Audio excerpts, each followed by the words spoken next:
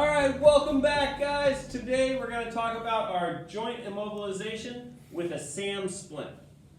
First off, I've got my proper PPE on, and my partner Cindy has her proper PPE on. Cindy, can you go ahead and hold Sue's injured extremity stabilized? Copy that. Stabilize it above and below the extremity. Now I'm going to go ahead and check my CMS. I'm going to compare those pulses in the injured extremity with her good extremity. Sue, can you wiggle your fingers? Thank you. And can you tell me which finger I'm touching? Pinky. And can you tell me which finger I'm touching? All right. Next, I'm going to take my SAM splint. SAM splint is a thin layer of aluminum with padding on it. Unfold it. And there are a lot of different ways that we can origami this for the extremity. Some people like to fold it in an L so it can go against her arm. I like to do this in a stirrup style. I'm going to find the center of it, place my hand in the center, fold a 45, fold this in another 45, this one again,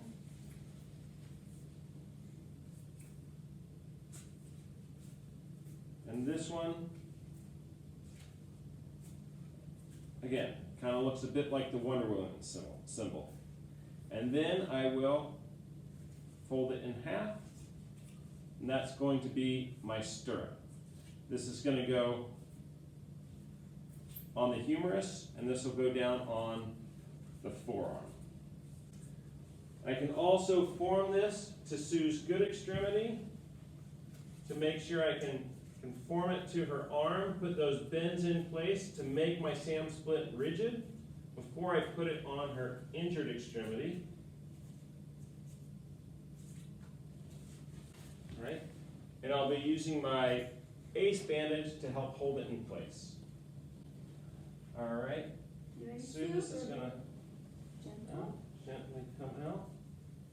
And your arm rests right there. And Hold that in place for me.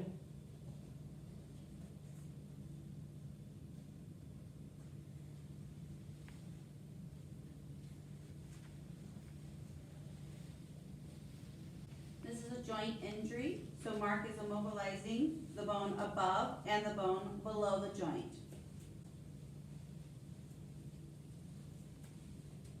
I'm going to leave a space here so I can still feel Sue's radial pulse.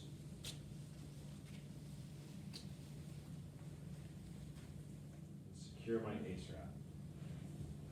Okay. Then I'm going to take my splinting material because I have to remove the distal weight from the injured extremity. I'm going to take my triangle cloth. I like to put a knot in the top of the triangle.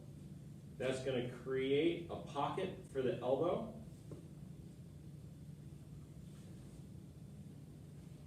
I like to put this on my patient's elbow, this top over her shoulder, this underneath of her elbow.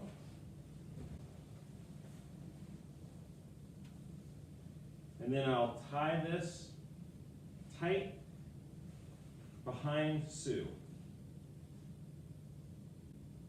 Sue, does that feel like it takes the weight off of your elbow? Mm-hmm. Okay. Now to hold that tight into her body, I'm going to take my other triangle cloth and I can put another knot in the bottom of it, just the same. And I want to come across the side of that to support as much as I can to hold that tight to the body. So I like to do the same. For my swath, some people like to fold it. I like to keep mine wide so that it distributes the weight. Come around. This time I won't go over the shoulder, but I'll make sure that I catch that elbow